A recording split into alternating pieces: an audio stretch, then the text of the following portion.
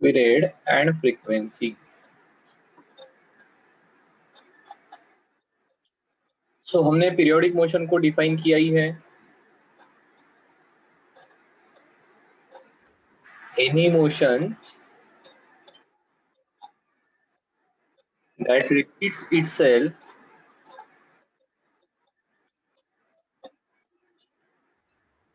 at regular interval of time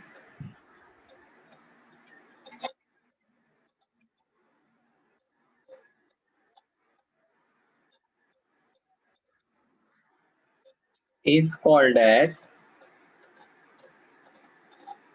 periodic motion.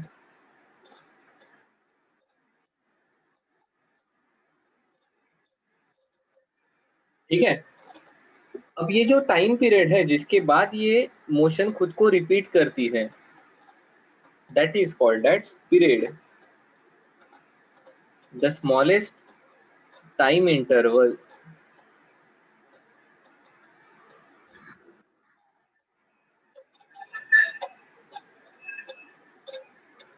after which motion is repeated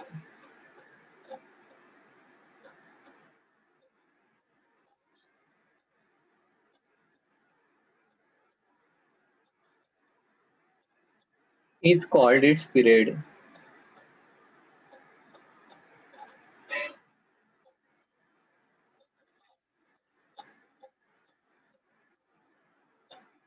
Is called its period. ठीक है. Generally denoted by capital T and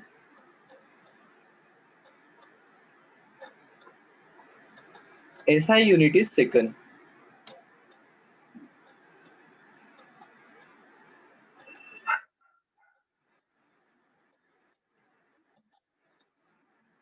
ठीक है. अब हमेशा second में ही time major करना is not convenient. ठीक है. फॉर एग्जाम्पल वाइब्रेशन ऑफ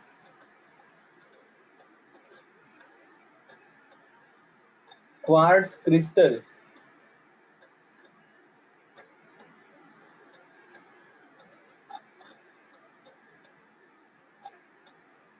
इस यहाँ पर टाइम रहेगा 10 to the power -6 second.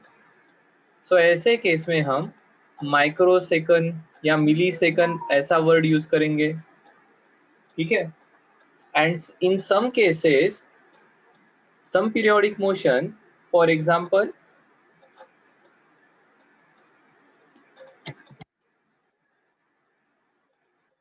time period of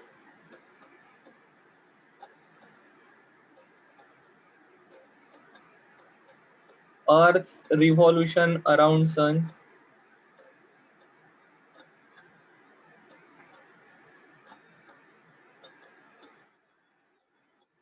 इसके लिए लगेंगे 365 डेज या 1 ईयर. ठीक है. सिमिलरली मर्क्यूरी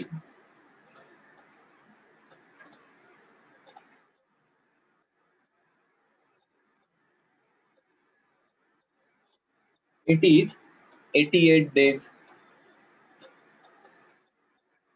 तो कुछ जगह डेज ईयर में भी मेजर करेंगे टाइम पीरियड.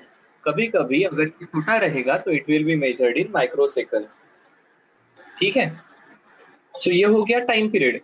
एक राउंड कंप्लीट करने के लिए जितना समय लगता है या मोशन को फिर से रिपीट करने के लिए जितना स्मॉलेस्ट टाइम इंटरवल लग रहा है, that is called as time period. अब the number of cycles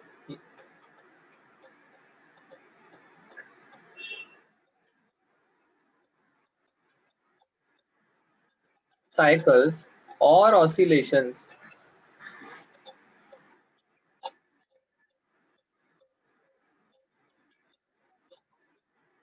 completed in unit time is called as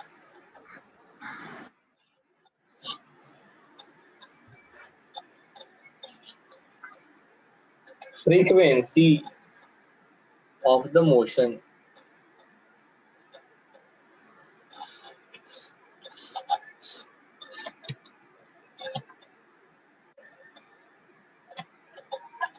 It is called as frequency of periodic motion. Sometimes it is called as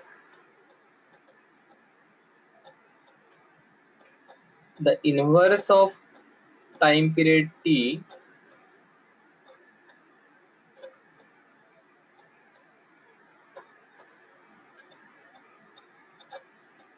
which gives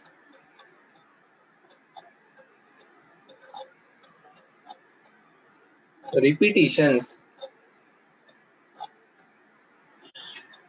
occurring in unit time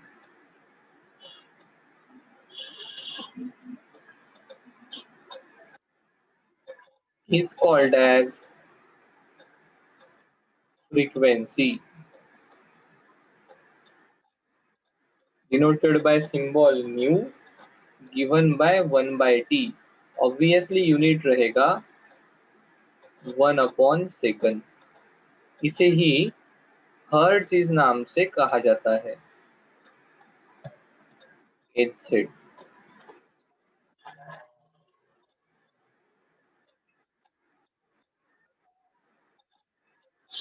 ठीक है. Frequency new, कभी कभी frequency के लिए F या N ये number भी use होगा. ठीक है. So frequency equal to reciprocal of time, unit रहेगा 1/second या हर्ट्ज. ठीक है. So 1 hertz equal to 1 HZ, symbol है इसका, equal to 1 oscillation per second. ठीक है. This is about frequency. Time period, motion को फिर से रिपीट होने के लिए लगने वाला स्मॉलेस्ट टाइम इंटरवल, ऑब्वियसली वो सेकंड में रहेगा. एक यूनिट सेकंड में कितने ऑसिलेशंस हो रहे हैं, कितनी साइकिल्स हो रही है, उसे कहा जाएगा फ्रीक्वेंसी. ठीक है. अगर ये पार्ट क्लियर है तो आगे जाएंगे. We will discuss about displacement. Sir, हाँ बोलो. Sir, how we can represent frequency with means at the place of mu, what we used with n? Can you repeat? How? Sir मतलब हम जैसे mu equal to 1/t represent करते, आपने बताया ना अभी n या किसी से जो भी रिप्रेजेंट करते, वो कौन सा लेटर है? एन सिंपली, जैसे ओमेगा के जगह हम 2 पाई एन लिखते हैं बहुत बार, या ओमेगा के जगह 2 पाई एफ लिखते हैं. ठीक है.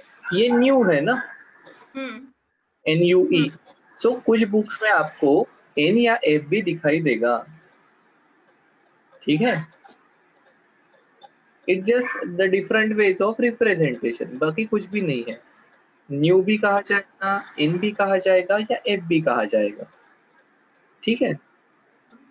ये मैं इसलिए बता रहा हूँ क्योंकि अगर आप डिफरेंट बुक्स रेफर करते हो तो कंफ्यूजन नहीं होना चाहिए. ठीक है.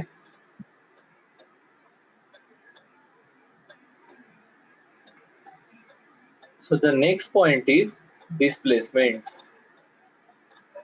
जैसे हमने कहा था कि ऑसिलेशन या ऑसिलेटरी मोशन को अगर डिस्क्राइब करना है, समझना है, तो जो बेसिक प्रॉपर्टीज हमें लगने वाली है, टाइम पीरियड या periodic, what is time period, what is frequency, what is displacement, what is amplitude, what is phase. ठीक है. तो उसमें से अभी हम डिस्प्लेसमेंट के बारे में बात करेंगे. कौन बता सकता है what is displacement?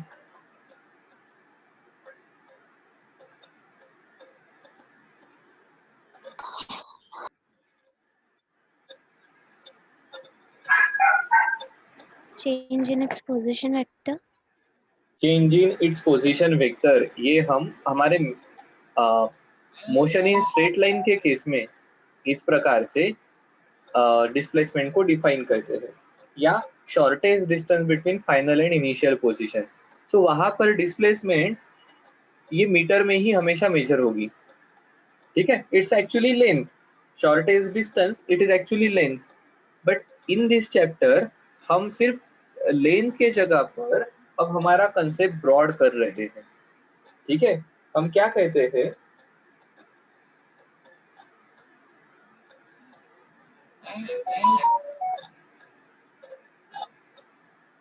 The change in any physical property under consideration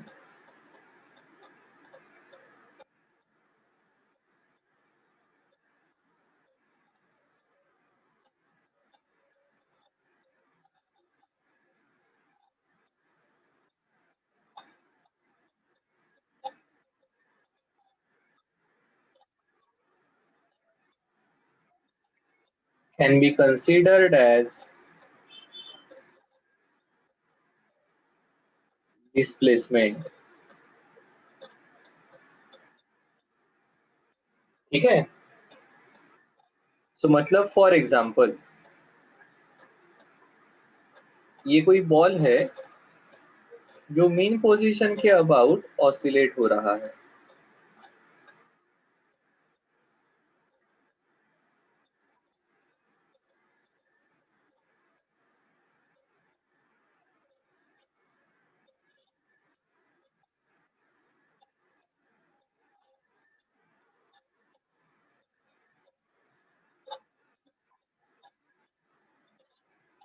ठीक है, सो ये मीन पोजीशन से जो इसकी पोजीशन रहेगी at particular instant, so that will B displacement. ठीक है, अब इस केस में ये बॉल ही ऊपर नीचे हो सकता है। ठीक है, so let's do one thing,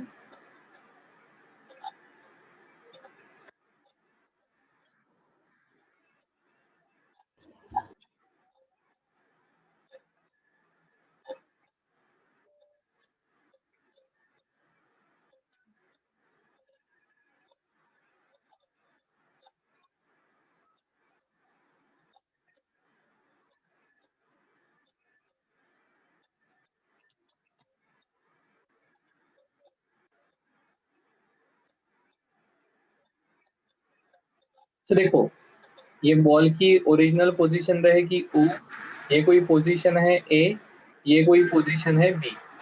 so O A distance, O B distance, इसको कहा जाएगा डिस्प्लेसमेंट। मेन पोजीशन से ये कितना शिफ्ट हुआ है, that will be called as displacement. क्या सही है? So this will be at some particular time t1 पर ये ए पर है, कोई t2 टाइम पर ये बी पर है।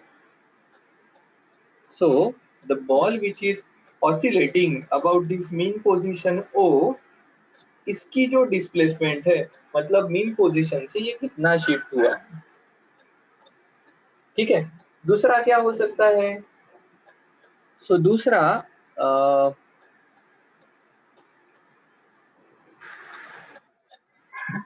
एखादे फोर्स भी वैरी हो सकता है कंटिन्यूअसली।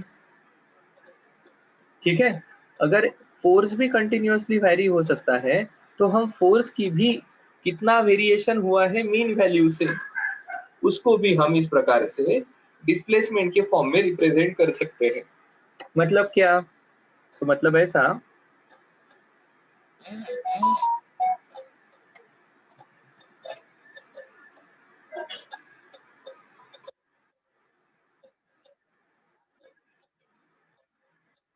ये स्प्रिंग को अटैच ये ब्लॉक है। ठीक है, अब आपने इसे खींचा तो क्या होने वाला है,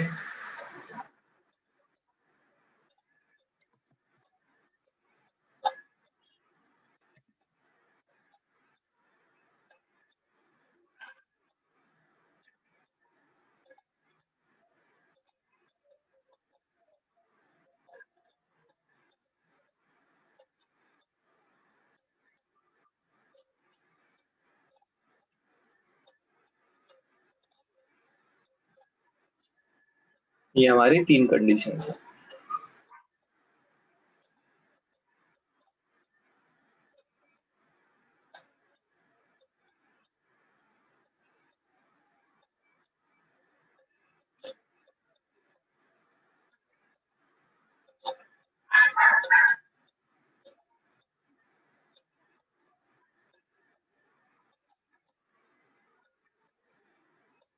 ठीक है, अब देखो क्या होगा, natural mean position equilibrium position force zero, net force zero, जब कॉम्प्रेस किया तो फिर तो उस केस में फोर्स मीन पोजीशन के तरफ रहेगा। ये स्प्रिंग इसको धक्का मारेगा, इसकी आगे मोशन होगी, ये ब्लॉक आगे जाएगा, यहाँ आने के बाद बिकॉज ऑफ इनर्शिया आगे जाएगा। जैसे जैसे ये मीन पोजीशन से आगे जा रहा है तब ये फोर्स अपोजिट डायरेक्शन में लग रहा है। अब this force is proportional to displacement. तो अगर फोर्स को प्लॉट करते हैं तो देखो ये फोर्स बढ़ेगा, ठीक है, फिर अपोजिट डायरेक्शन में बढ़ा, ठीक है। अब यहाँ पर रिलीज कर दिया तो ये फोर्स कम होने लगेगा,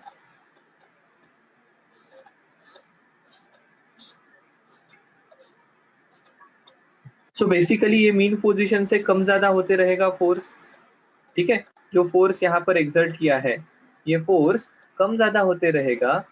सो आप सिंपली इसे अगर कॉम्प्रेस करते हो तो ये फोर्स इस प्रकार say about mean position very होने वाला है। मैक्सिमम देखो कैसे होने वाला है, ये धीरे धीरे कॉम्प्रेस होते गया, फोर्स बढ़ते गया बढ़ते गया मैक्सिमम हो गया, ठीक है।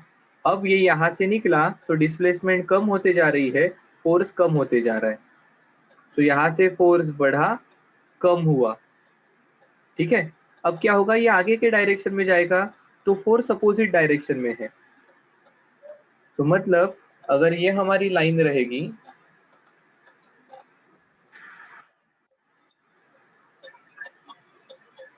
जीरो की, तो ये देखो पहले डिस्प्लेसमेंट निगेटिव साइड में थी तो minus of minus k x plus, इसलिए force towards right hand side positive है, ये फोर्स एफ हुआ which is equal to minus k of minus x. क्योंकि डिस्प्लेसमेंट पहले निगेटिव साइड में हुई थी, इसको जीरो मानते हैं तो this will be minus x, this will be plus x. अब इसके आगे ये पॉजिटिव साइड में जाएगा तो minus k x force negative होते जाएगा, जैसे जैसे एक्स बढ़ेगा वैसे वैसे ये फोर्स बढ़ते जाएगा, यहाँ पर फोर्स हो जाएगा के एक्स माइनस के एक्स, ये निगेटिव साइड में रहेगा इस पॉइंट पर। फिर से यहाँ पर आएगा तो फोर्स की वैल्यू कम होते जाएगी। सो बेसिकली अब इस केस में फोर्स ये क्वांटिटी इस जीरो वैल्यू से पॉजिटिव फोर्स बढ़ रहा है, that is force is directed towards positive side, ये वापस मीन पोजीशन के तरफ आ रहा है, इससे वो निगेटिव साइड का फोर्स बढ़ रहा है और फिर से ये कम होते होते मीन पोजीशन के तरफ आ रहा है।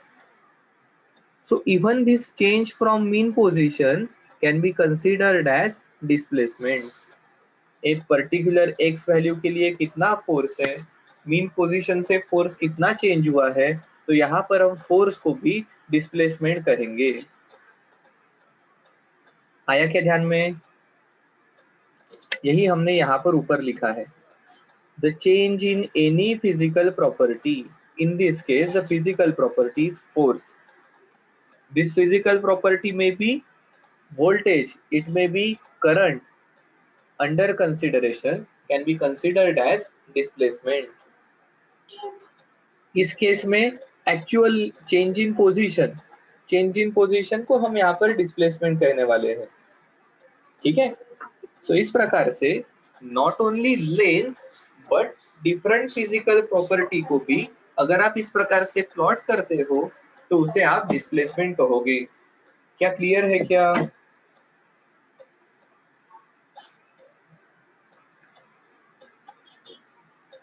आया है ध्यान में?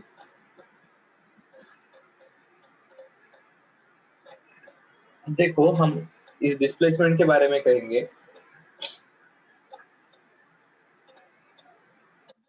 और एक एग्जांपल देख लेते हैं, बड़ा सिंपल एग्जांपल है।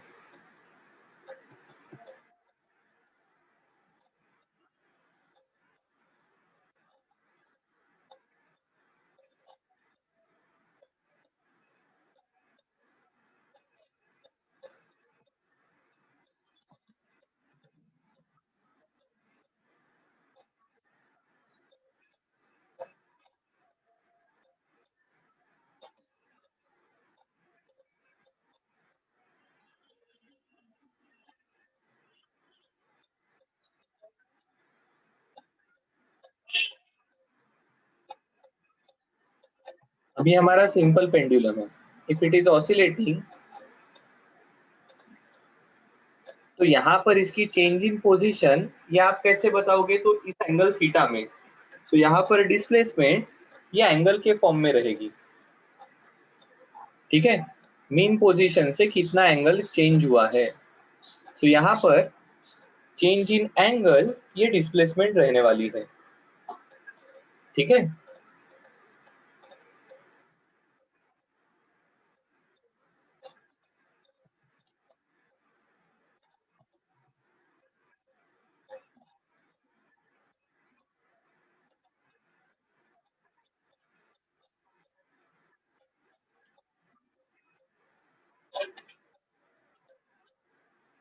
Actual change in position of a body vibrating या oscillating along straight line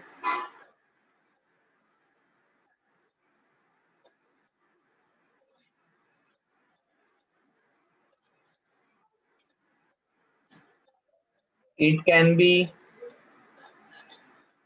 angular displacement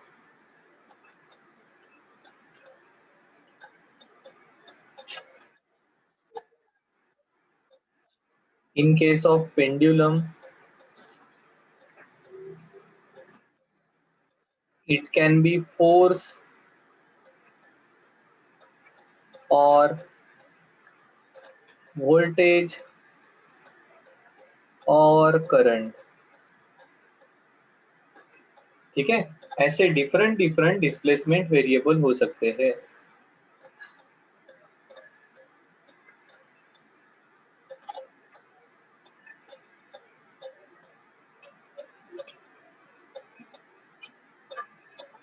so basically एक वैरी होने वाली प्रॉपर्टी अपने को चाहिए, ठीक है, वो कितनी वैरी हुई है उस पर से हम उसकी डिस्प्लेसमेंट मेजर करेंगे, ठीक है। अब देखो, अब हम एक इंपॉर्टेंट कमेंट करने वाले हैं, द डिस्प्लेसमेंट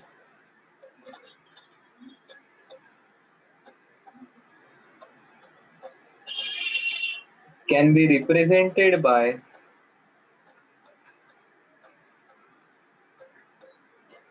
देखो डिस्प्लेसमेंट मतलब समय के साथ कितना चेंज हुआ है, so it can be represented by mathematical function of time.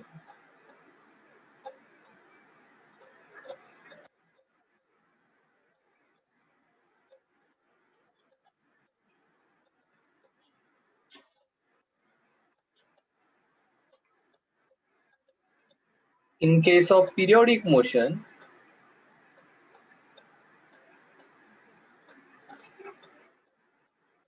अगर पीरियोडिक मोशन है मतलब motion which is repeating itself after particular interval of time,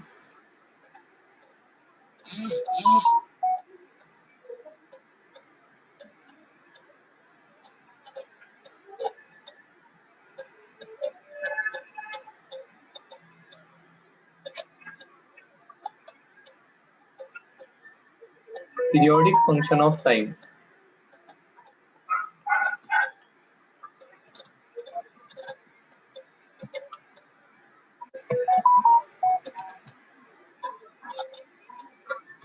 this function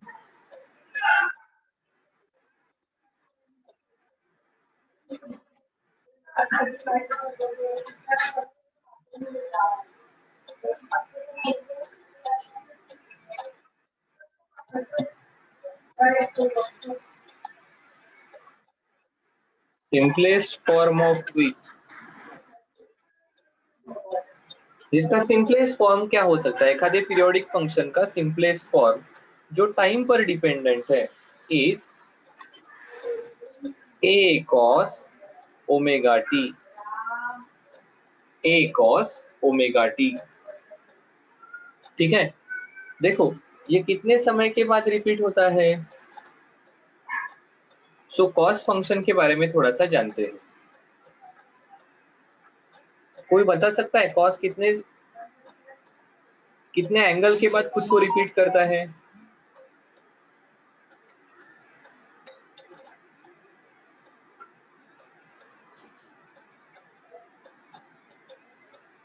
देखो ये सिंपल है, पाई पाई के बाद ओके। देखो ये रेडियस है, हाँ कितनी है ये radius, r equal to 1 unit, ठीक है। ये एंगल थीटा होगा, ठीक है। तो क्या आप मुझे यहाँ पर cos theta and sin theta के बारे में कुछ बता सकते हो क्या?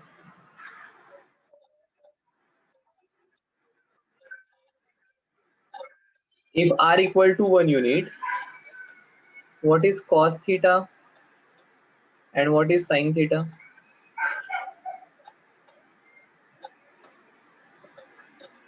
इसका कोऑर्डिनेट हम जनरली कहते हैं, ये जो पॉइंट है बी, या इसको पी कहूंगा मैं, इसके कोऑर्डिनेट है x, y।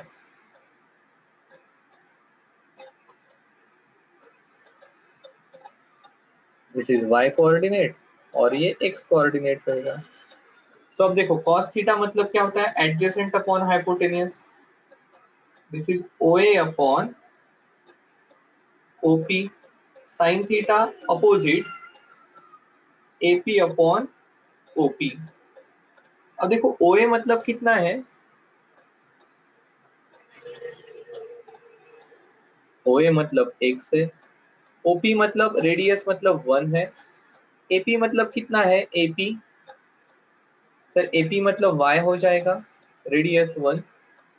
तो ये आ जाएगा x equal to cos theta and y equal to sine theta, ठीक है। इसका मतलब इतना सिंपल है कि अगर आप यूनिट रेडियस लेकर एक सर्कल निकालते हो तो उस सर्कल के हर एक पॉइंट के x y coordinate sine theta and cos theta की वैल्यू वहां पर देने वाले हैं। सो अब देखो इसके कोऑर्डिनेट क्या रहेंगे,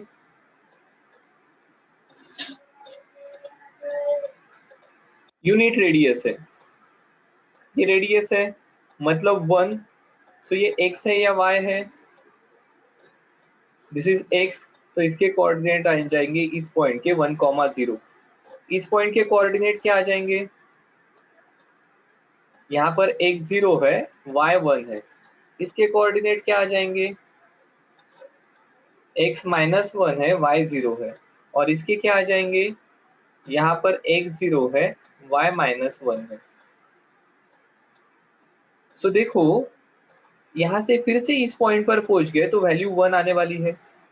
तो मतलब अगर मैं कोई पार्टिकल समझकर अगर इसके अराउंड राउंड मारता हूँ तो मेरी वैल्यू कब रिपीट होने वाली है, जब मैं वापस इस पॉइंट पर आऊंगा तब, ठीक है। जब मैं वापस इस पॉइंट पर आऊंगा तब मेरी वैल्यू रिपीट होने वाली है, that is after 1 cycle, that is after time period t। अब इसमें हमने कितना एंगल कवर किया है, 2 पाई। तो ध्यान में रखना cos theta and sin theta repeat itself after 2 pi radian इतना एंगल। हर 2 पाई के बाद ये sin theta and cos theta खुद को रिपीट करने वाले हैं, ठीक है। और यहाँ से देखो, यहाँ से आप sin थीटा cos थीटा की वैल्यू भी निकाल सकते हो। ये sin है, ये cos है, एंगल 0, एंगल π/2 दैट इज 90, पाई 3π/2 2 पाई, ठीक है। साइन 0, साइन मतलब कौन रहता है y, cos मतलब कौन है x। तो देखो जब एंगल 0 है तो x कोऑर्डिनेट कितना है 1, y कोऑर्डिनेट कितना है 0। जब एंगल 90 हो गया तब x कोऑर्डिनेट 0, y कोऑर्डिनेट 1। जब एंगल 180 हो गया, यहाँ पर पहुंच गया मैं, ठीक है, 180 मतलब पाई, x कोऑर्डिनेट -1, y कोऑर्डिनेट 0। उसके आगे जब मैं 3π/2 पर पहुंच गया,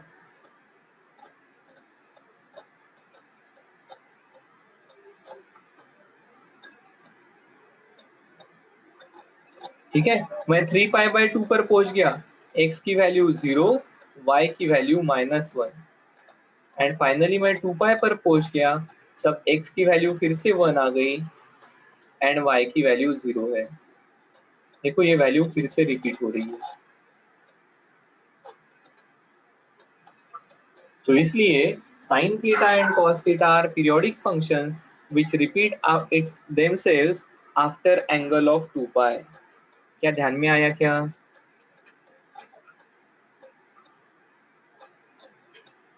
एक राउंड 2π, दूसरा राउंड 4π। सो आफ्टर एवरी 2π का एंगल कवर करने के बाद ये खुद को रिपीट करने वाले हैं। अब देखो हमने क्या लिखा है, the displacement can be represented by mathematical function of time in case of periodic motion. Periodic motion मतलब जो खुद को रिपीट करने वाली है। This function is periodic in time, time पर डिपेंड रहेगा। Simplest form of a periodic function can B cos omega T. ठीक है, अब सर ये ए क्या आ गया?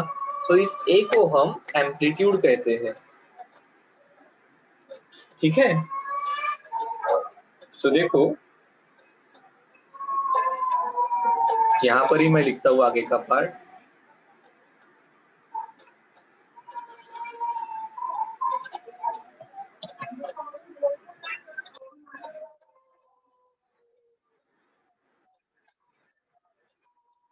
अब ये कितने समय के बाद रिपीट होने वाला है? 2π के बाद। सो मतलब यहां पर मैं लिख सकता हूं ओमेगा टी इक्वल टू 2π के बाद ये रिपीट करेगा। तो I should write this function will repeat after time period capital T। ठीक है, and for this angle should change by 2π। कितने से चेंज होना चाहिए? 2π से।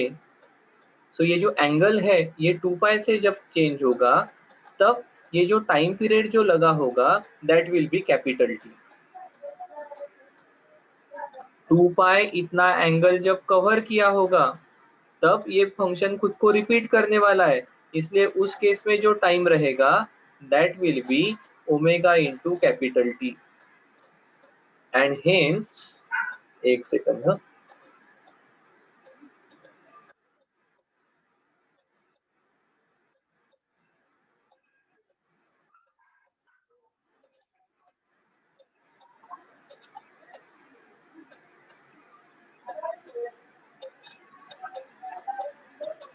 therefore omega into capital T equal to 2π या t इक्वल टू 2π/ओमेगा,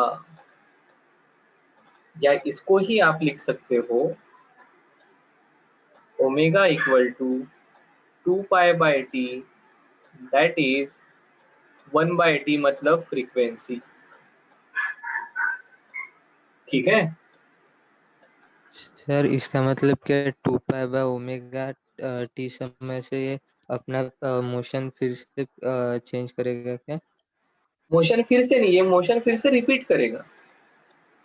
कितने हाँ टाइम वही पीरियड के तो। बाद रिपीट करने वाला है? 2π/ओमेगा। ओमेगा क्या रहेगी यहाँ पर? Angular velocity. ये इसकी एंगुलर वेलोसिटी, ये जो पार्टिकल घूम रहा है ना इसकी एंगुलर वेलोसिटी। ठीक है, simplest periodic function will be इस पार्टिकल की एंगुलर वेलोसिटी। क्या आया क्या ध्यान में?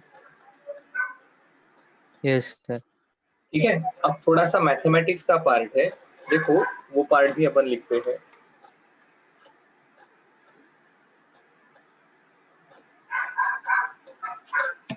या एज simplest periodic function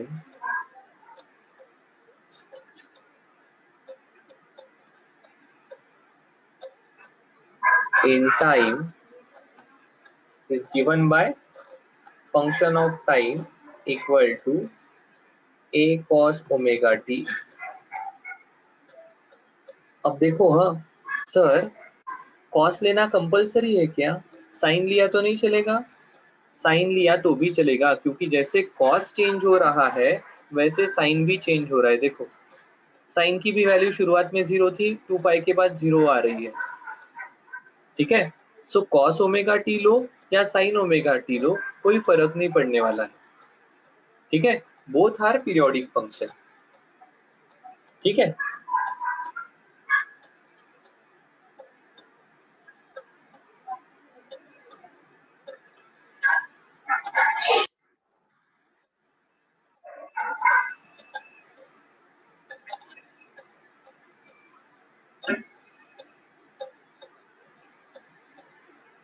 देखो ये टी के बाद रिपीट करेगा, मतलब F of T and F of t plus capital T, इसकी वैल्यू सेम रहेगी। ठीक है, हाँ सर बिल्कुल सही है, क्योंकि ये टी समय के बाद खुद को रिपीट करने वाला है। जो वैल्यू एफ ऑफ टी पर रहेगी वही टी प्लस कैपिटल टी समय के बाद रहने वाली है। बिल्कुल सही है। ठीक है, हम कहते हैं, सर हाँ बोलो। आपने अभी जो कहा प्लीज रिपीट करो ना, वॉइस कट हुई थी। देखो क्या कहा, टी अगर टाइम पीरियड है कैपिटल टी, तो एफ ऑफ टी पर जो वैल्यू है वही वैल्यू इस टी के कैपिटल टी समय के बाद रहने वाली है। ठीक है, इसलिए कहा F of t equal to F of t plus T. Similar result can be written for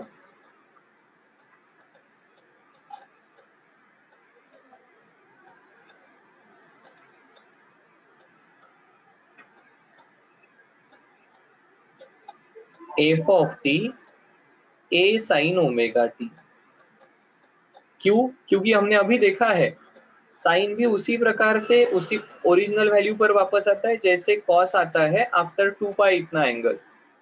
so 2 पाई के बाद साइन भी खुद को रिपीट करता है, कॉस भी फिर खुद को रिपीट करता है। अब हम कहते हैं hence a general function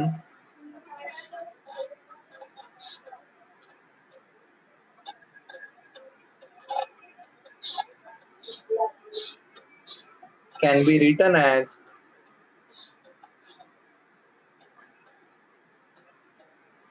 combination of sine and cos, which is f of t equal to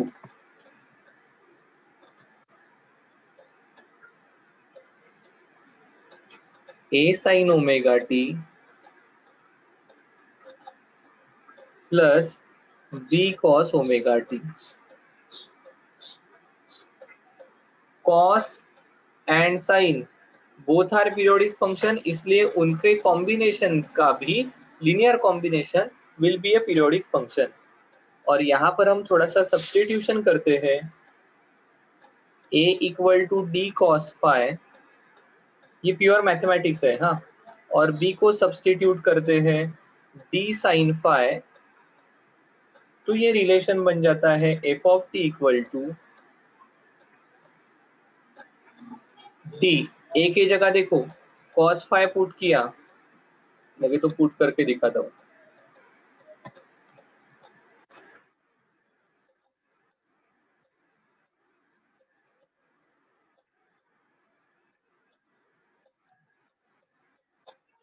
b के जगह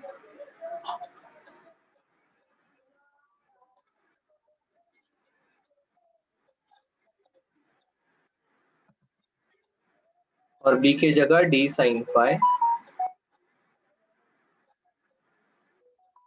इंटू cos ओमेगा t। देखो d कॉमन आ जाएगा, sin omega t cos phi, cos omega t sin phi, ये कौन सा function होता है? sin a cos b plus cos a sin b। तो ये आ जाएगा आपका sin omega t plus phi. यहाँ पर d की वैल्यू रहेगी under root a square plus b square and phi की वैल्यू रहेगी tan inverse of b by a।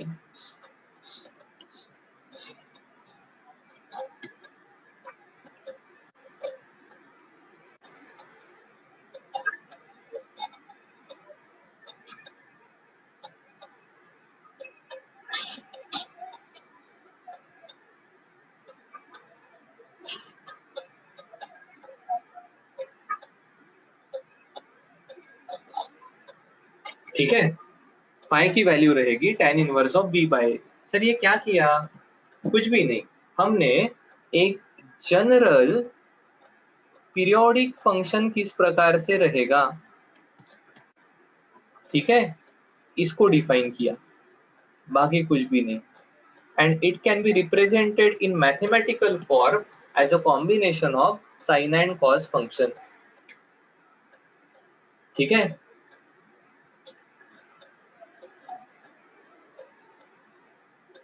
तो यहां से हमें क्या ध्यान में आया?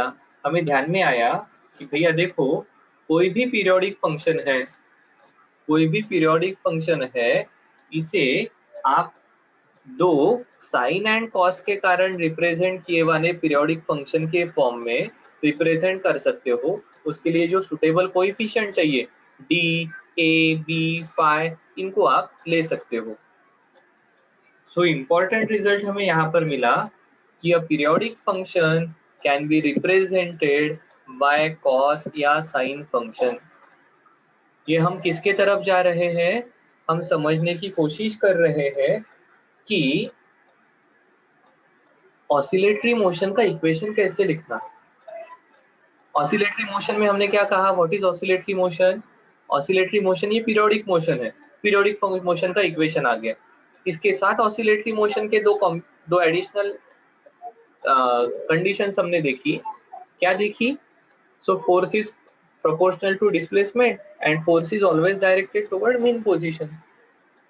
सो वो कंडीशंस एंड पीरियोडिक मोशन को इस प्रकार से साइन एंड कॉस के फॉर्म में रिप्रेजेंट करना, ये दोनों को अगर हम जोड़ते हैं तो हम SHM का इक्वेशन दे सकते हैं।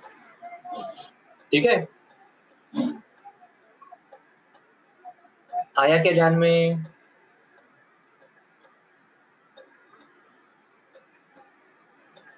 अब एक टर्मिनोलॉजी बाकी है हमारी, what is amplitude.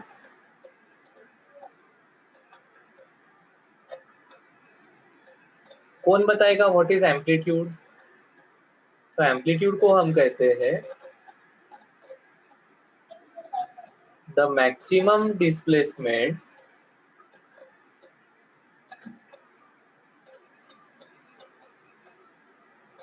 from mean position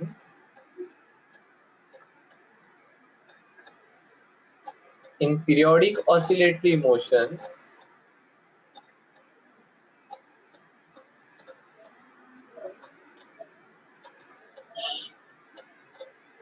is called as amplitude।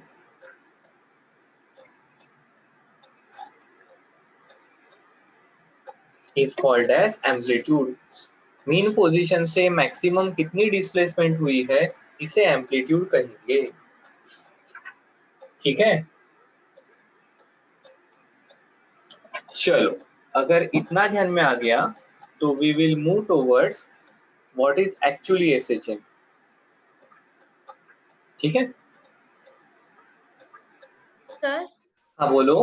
Sir here we have given means हमने ये देखा कि a एंड b हमने दो लिए ना, a sin omega t and b cos omega t, so both a and b represent amplitude. ये दो डिफरेंट मोशंस है ना, ए कॉस ओमेगा टी जैसे एक मोशन है, बी कॉस ओमेगा टी ये दूसरी मोशन है, ठीक है। सो दो डिफरेंट मोशन को सुपरपोज करके आपने एक इक्वेशन, जनरलाइज इक्वेशन दिया। लगे तो इसे लिख लेते हैं।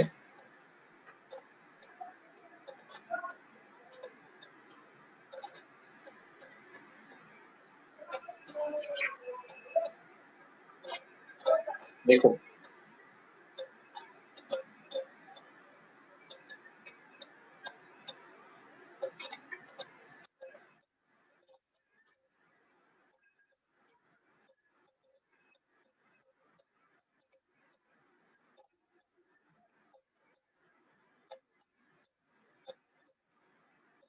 ये हमने क्या दे रहा था, ये equation F of t equal to D sign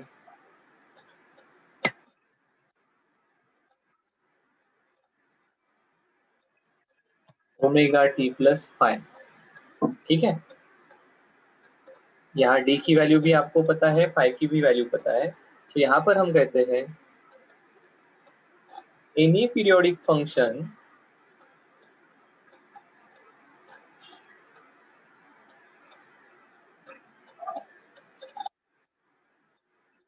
can be expressed as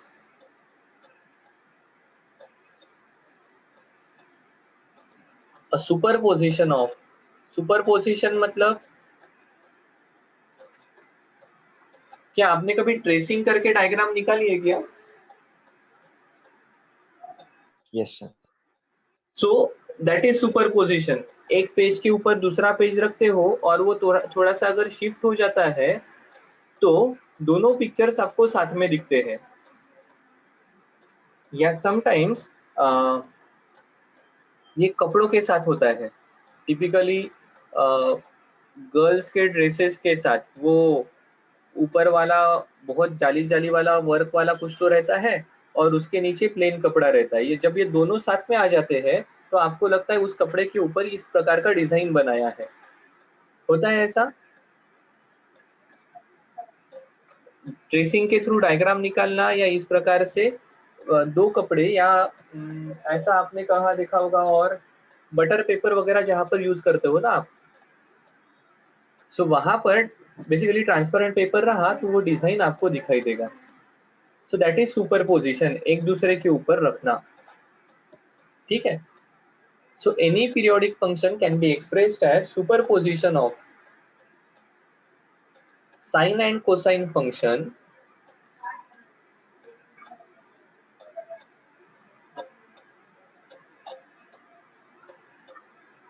of different time periods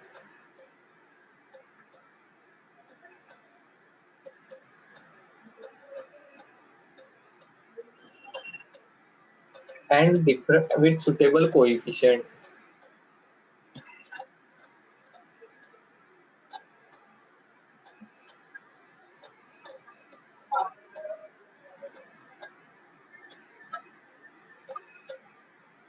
So basically हमें क्या करना है, देखो where we are going, हमें ऑसिलेटरी मोशन समझना है और ऑसिलेटरी मोशन के लिए जो पैरामीटर चाहिए वो अपन समझ रहे और अभी उसके इक्वेशन की तरफ हमें जाना है। तो हमें ये ध्यान में आया oscillatory motion is periodic motion. So periodic motion को हम किस प्रकार से रिप्रेजेंट कर सकते हैं? तो हम पीरियोडिक मोशन को एक साइन फंक्शन से या कॉस फंक्शन से रिप्रेजेंट कर सकते हैं, या फिर वो दो डिफरेंट, एक साइन से रिप्रेजेंट होने वाली और एक कॉस से रिप्रेजेंट होने वाली पीरियोडिक मोशन के कॉम्बिनेशन करके हम उसे रिप्रेजेंट कर सकते हैं। दिस इज सिमिलर टू, जैसे हमने वेक्टर को कहा था ना, ये कोई एक वेक्टर है ए, इस वेक्टर को मैं हमेशा दो वेक्टर की एडिशन करके रिप्रेजेंट कर सकता हूँ अकॉर्डिंग टू ट्रायंगल लॉ। वैसा ही है। सो ये जो पीरियोडिक फंक्शन है D sine omega t plus pi, इसको मैं दो डिफरेंट पीरियोडिक फंक्शन के कॉम्बिनेशन में रिप्रेजेंट कर रहा हूँ। इस एक को दो के कॉम्बिनेशन में रिप्रेजेंट किया या इन दो को एक के कॉम्बिनेशन में रिप्रेजेंट किया। सो बेसिकली साइन फंक्शन या cos function can be used for representation of periodic motion. ठीक है, अब पीरियोडिक ऑसिलेटरी मोशन को कैसे रिप्रेजेंट करना ये हम कल के क्लास में देखेंगे।